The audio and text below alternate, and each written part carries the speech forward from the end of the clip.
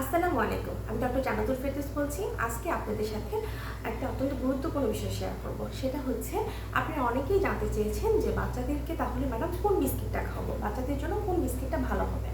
তো আমি যেটা বলবো এখন বিস্কিট তাহলে কী দিয়ে তৈরি হয়? বিস্কিট সাধারণত ময়দা দিয়ে তৈরি হয়।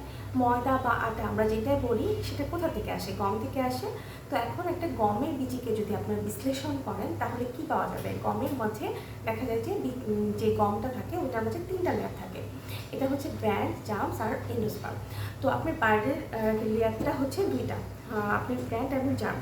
তো আপনি গমকে যখন ভাঙান বা প্রসেসিং করেন দেখা যায় যে গমকে আটা করলে কিন্তু মোটামুটি ৩টা উপাদানই থেকে যায়, সবই থেকে যায়। তো ব্র্যান্ড এবং জার্মসের মাঝে থাকে দেখা যায় আপনার ফাইবার, মিনারেল, যেটা প্রোটিন, ভিটামিন সব কিছু।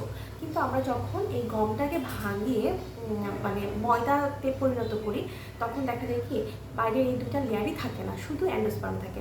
কিন্তু বাইরের এই 2টা লেয়ারে কিন্তু সবগুলো উপাদান থেকে যায়, যেমন ভিটামিন, মিনারেল যেগুলো বললাম। আর এইগুলো খাওয়ালে দেখা যায় বাচ্চার জন্য ভালো। আবার হচ্ছে ফাইবার, যেটা আমি আগেও বলেছি, ফাইবার দেখা যায় বাচ্চার কনস্টিপেশন রোধে সাহায্য করে। তাহলে আমাদের বিস্কিট যদি ময়দা থেকে বানানো হয়ে থাকে তাহলে আপনারাই বলেন এটা কি খাওয়ানো ভালো? তো ময়দার জিনিস দেখা যায় কি খাওয়ালে বাচ্চার জন্য কিন্তু প্রয়োজনীয় উপাদান পাচ্ছে না, শুধু এন্ডোস্পার্ম পাচ্ছে। এন্ডোস্পার্ম থেকে এখানে কি হয়? এখানে ময়দাতে কি থাকে? বেশি বেশি দেখা যায় যে অনেক সময় বাচ্চাদের কিন্তু কোলেস্টেরলও বেড়ে যায় এই ময়দা খাওয়ার কারণে। ময়দার থেকে দেখা যায় ওয়েট বেড়ে যায়, ইদানিং দেখা যায় অযাচিতভাবে অনেক বাচ্চারই ওজন বেড়ে যাচ্ছে এইসব বিস্কিট অতিরিক্ত খাওয়ার কারণেও কিন্তু ওজনটা বেড়ে যাচ্ছে। এছাড়া দেখা যায় যে আরও কিছু খারাপ ব্যাপার থাকে বিস্কিটের মাঝে, যেমন চিনি ব্যবহার করা হয়। আমরা যেখানে বলি বাচ্চাকে 2 বছর পর্যন্ত কোনো চিনি খাওয়ানো যাবে না, সেখানে কিন্তু বিস্কিটে যথেষ্ট চিনি থাকে।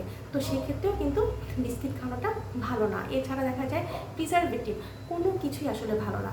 তো আপনারা বলতে পারেন যে তাহলে ময়দা দিয়ে কেন বানাই? ময়দা দিয়ে বানাই কারণ হচ্ছে ময়দার জিনিসটা বেশি দিন স্থায়ী থাকে।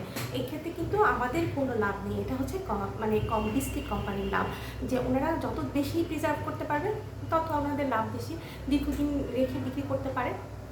তো আমাদের আমরা যে আলোচনা থেকে বুঝতে পারলাম যে ময়দার জিনিস বানিয়ে আসলে খাওয়ানো উচিত না। ময়দার থেকে আটা অনেক ভালো।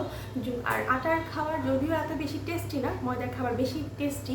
এই টেস্টি বানানোর জন্য কিন্তু এখানে দেখা যায় যে প্রসেসিং ফুড রাখার জন্য বা টেস্টি বানানোর জন্য বিভিন্ন উপাদান যেগুলো ব্যবহার করা হয় সেগুলো কিন্তু কোনোটাই আমাদের শরীরের জন্য ভালো না।